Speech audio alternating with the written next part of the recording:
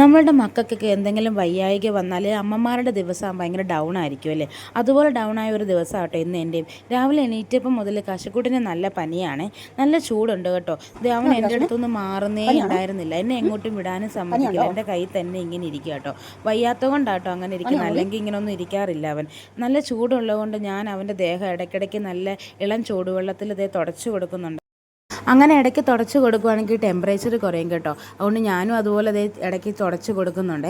പനി കുറച്ച് വിടുമ്പോഴത്തേക്കും ദേ പുള്ളി ഇച്ചിരി ആക്റ്റീവ് ആവുന്നുണ്ട്, അപ്പോൾ കുറച്ച് ഇറങ്ങിയൊക്കെ നടക്കും. പക്ഷെ അത് കുറച്ച് നേരത്തേക്കേ ഉള്ളൂ, പിന്നെയും ചൂട് വരും, പിന്നെയും അവൻ ഭയങ്കര സൈഡായി പോകും കേട്ടോ. എന്നാൽ എന്തെങ്കിലും ഫുഡും കൂടെ കഴിപ്പിക്കാമെന്ന് വിചാരിച്ചാൽ അല്ലേ തന്നെ കഴിപ്പിക്കാൻ പാടാ, പിന്നെ പനിയും കൂടെ ആകുമ്പോൾ പറയുകയും വേണ്ട. ഈ പിള്ളേർക്ക് എന്തെങ്കിലും അസുഖം വന്നാൽ നമ്മൾ ഫോഴ്സ് ചെയ്ത് അവരെ കൊണ്ട് ഫുഡ് കഴിപ്പിക്കണ്ട കേട്ടോ. അവർക്ക് വിശപ്പുണ്ടാകത്തില്ല, നമ്മൾ വലിയവർക്കും അതുപോലൊക്കെ തന്നെ ആയിരിക്കുമല്ലോ. അങ്ങനെ ഫുഡൊക്കെ എങ്ങനെ 2 വാ കഴിപ്പിച്ചിട്ട് ഞാൻ അവനെ പിടിച്ച് കിടത്തുന്നുണ്ട് കേട്ടോ.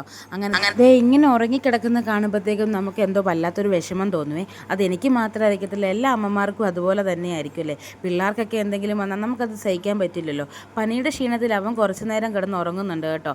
ഉറങ്ങി എണീറ്റിട്ടും അവൻ്റെ പനിക്ക് കുറവൊന്നുമില്ല. ഇനി വെച്ചുകൊണ്ടിരുന്നാൽ അത് ശരിയാവില്ലെന്ന് ഓർത്ത് ഞാൻ ഡോക്ടറെ കാണിക്കാൻ വിചാരിച്ചു. ഇപ്പോഴാണെങ്കിൽ കണ്ണനും ഇല്ല കേട്ടോ. കണ്ണൻ തിരിച്ച് എറണാകുളത്തേക്ക് പോവുകയും ചെയ്തു. അതുകൊണ്ട് തന്നെ ഞങ്ങൾ ഓട്ടോയിലാട്ടോ ഡോക്ടറുടെ വീട്ടിലേക്കാണ് കാണാൻ പോകുന്നത്. ഇവിടെ അടുത്ത് തന്നെയാണ്. ഞങ്ങളാണ്ട് ആ ഡോക്ടറുടെ അടുത്ത് ചെന്നപ്പം കുറച്ച് ആൾക്കാരുണ്ടായിരുന്നു കേട്ടോ കാണാൻ വേണ്ടി. അങ്ങനെ കുറച്ച് നേരം വെയിറ്റ് ചെയ്തിരിക്കേണ്ടി വന്നു കേട്ടോ. അങ്ങനെ വെയിറ്റ് ചെയ്തിരിക്കുമ്പോഴും കശുവിന് വയ്യാത്തതുകൊണ്ട് എൻ്റെ അടുത്ത് തന്നെയാണ്. ഇങ്ങനെയൊന്നും ഇരിക്കാറില്ലാത്തതാ, വയ്യാത്ത കൊണ്ടാണ് ഇങ്ങനെ ഇരിക്കുന്നത് കേട്ടോ. അങ്ങനെ ഡോക്ടറെ കണ്ട് ഇറങ്ങി കേട്ടോ. വൈറൽ ഫീവർ ആണെന്നാണ് പറഞ്ഞത്. മരുന്നിനൊക്കെ എഴുതി തന്നിട്ടുണ്ട്. അങ്ങനെ അടുത്തുള്ള ഒരു മെഡിക്കൽ സ്റ്റോറിൽ ചെന്ന് മരുന്നും വാങ്ങി ഞങ്ങൾ നേരെ തിരിച്ച് വീട്ടിലേക്ക് പോയി കേട്ടോ. അപ്പോൾ ഈ കുഞ്ഞു പിള്ളേരുള്ളവരൊക്കെ എന്തെങ്കിലും അസുഖം വന്നാൽ പെട്ടെന്ന് തന്നെ മരുന്ന് വാങ്ങിക്കോണേ.